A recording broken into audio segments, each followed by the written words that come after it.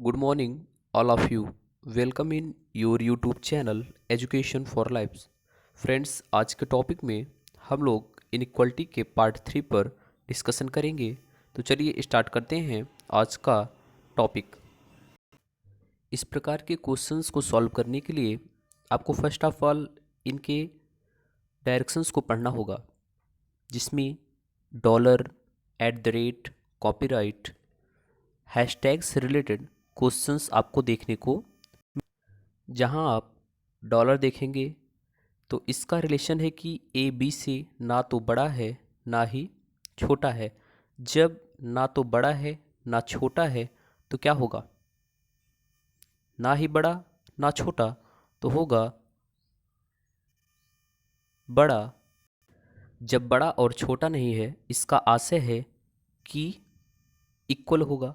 Second में ए at the rate B का अर्थ है ए बी से ना तो बड़ा है ना ही बराबर है। जब बड़ा और बराबर नहीं होगा तो होगा क्या? छोटा। थर्ड में आपको दे रहा कि ए एट द रेट बी का अर्थ है ए बी से ना तो छोटा है ना ही बराबर। इस दशा में ग्रेटर बड़ा होगा। थर्ड में आपको दे रहा, सॉरी फोर्थ में दे रहा ए, यहाँ पर मिसप्रिंट हो गया, ये होगा कॉपीराइट। ए कॉपीराइट बी का अर्थ है ए बी से छोटा नहीं है। जब छोटा नहीं है तो बड़ा या बराबर होगा। इसके बाद ए हैज़ बी का अर्थ है ए बी से बड़ा नहीं है। जब बड़ा नहीं है तो छोटा या बराबर हो सकता है। इस प्रकार के डायरेक्शंस को फॉलो करते हुए हम क्वेश्चंस को सॉल्व करेंगे। चलिए स्टार्ट करते हैं आज का फर्स्ट क्वेश्चंस। ये रहा आपका फर्स्ट क्वेश्चंस। इसमें फर्स्ट ऑफ ऑल हमें करना होगा कि आपको दिया है कथंस। इस कथंस को आप पढ़िए। W and P, P percentage G, G at the rate L, L has N। Okay, तो इस क्वेश्चन से करेंगे क्या? हम सबसे पहले इसके साइन को लिखेंगे, इसके सिंबल्स को इसके ऊपर लिखेंगे। यहाँ पर एंड का अर्थ था, जहाँ पे एंड लगा होता था उसका मतलब क्या होता था? Equal to. ओके, डॉलर का अर्थ इक्वल टू। यहाँ पर डॉलर ना होकर एंड दिया है, यानी एंड जहाँ पर दिखेगा आपको इक्वल टू का साइन। फिर परसेंटेज, परसेंटेज का आशय होता था ग्रेटर देन से। फिर आपको दिखाते हैं अभी क्वेश्चंस बैक करके, जहाँ पर एट द रेट होता था वहाँ लेस का कॉमन लगता था, यानी छोटा है। हैज़ यानी लेस देन इक्वल टू। फिर इसी प्रकार इसके निष्कर्ष में भी आप देखेंगे, जहाँ पर परसेंटेज होगा आप ग्रेटर लगाएंगे, जहाँ पर हैज़ होगा ग्रेटर देन इक्वल टू का साइन लगाएंगे। ओके, चलिए अब इसमें आपको करना क्या है कि एन और डब्लू के बीच आपको रिलेशंस बताने हैं। एन और डब्लू आप एक क्रम में रखिए। देखिए कहाँ एन और डब्लू के मध्य आपको बताना है। देखते हैं, आपको एन और डब्लू के बीच रिलेशन निकालना है, तो इसको सेट करिए। यहाँ पर दिया गया कि डब्लू इक्वल टू पी, यानी चाहे आप पी को डब्लू के स्थान पर रखिए या पी के स्थान पर डब्लू को रखिए, उसकी वैल्यू सेम ही होगी। तो इसको क्रम में रखते हैं। P is greater than G। P के स्थान पर आप W भी रख सकते हैं। क्यों? क्योंकि W और P आपस में इक्वल हैं। ठीक है, P at G, G is less than I, I is greater less than equal to N। अब आपको आंसर्स किस में करने हैं? N और W के बीच। आप देखिए कौन सा साइन आपका कॉमन है, N और W। अब आप कहेंगे आपको W तो दिख नहीं रहा। यहाँ पर हमने क्या बताया आपको कि W और P आपस में इक्वल है, तो जहाँ पर P होगा वहाँ पर आप W रख देंगे। अब देखिए W के पास कौन सी साइन है? ग्रेटर। N के पास लेस।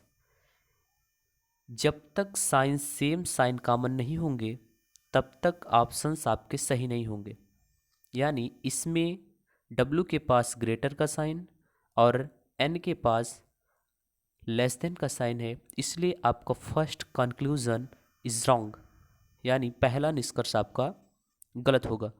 अब दूसरा निष्कर्ष आप देखिए।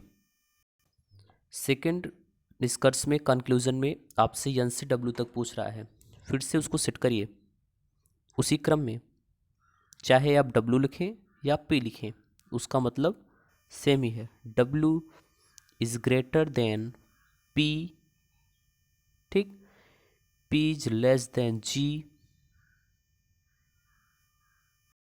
फिर आपसे पूछ रहा कि N और W के बीच रिलेशन बताइए। अब देखिए कौन सी साइन कॉमन है,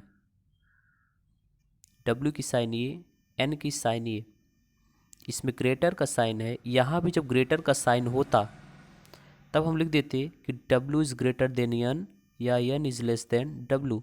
इन दोनों में से कोई भी ऑप्शन हमारे कंक्लूजन में होते तो वे राइट होते, लेकिन यहाँ पर सेम कंक्लूजन ना होने के कारण दोनों निष्कर्ष गलत हैं। Both conclusion are wrong. Okay, चलिए नेक्स्ट क्वेश्चन देखते हैं।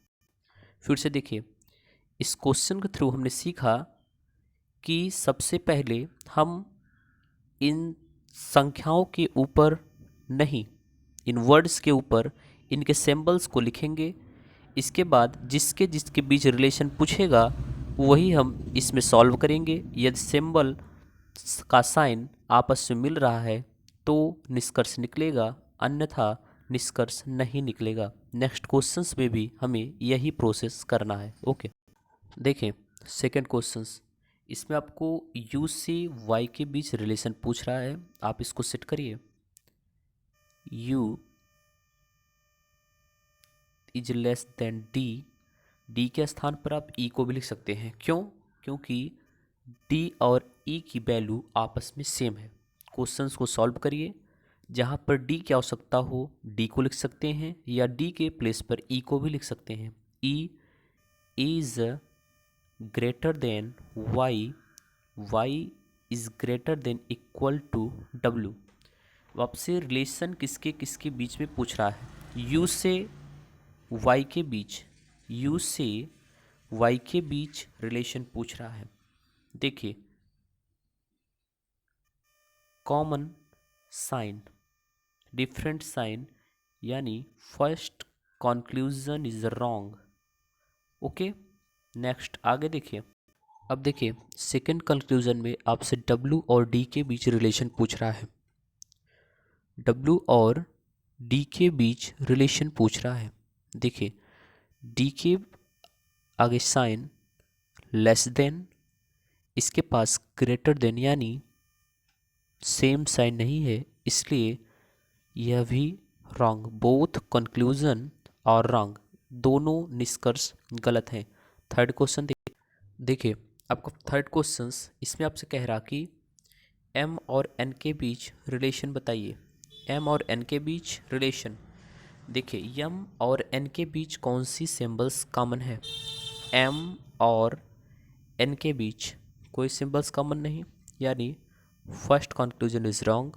फिर देखिए M और N के बीच कह रहा कि क्या M बड़ा है N से?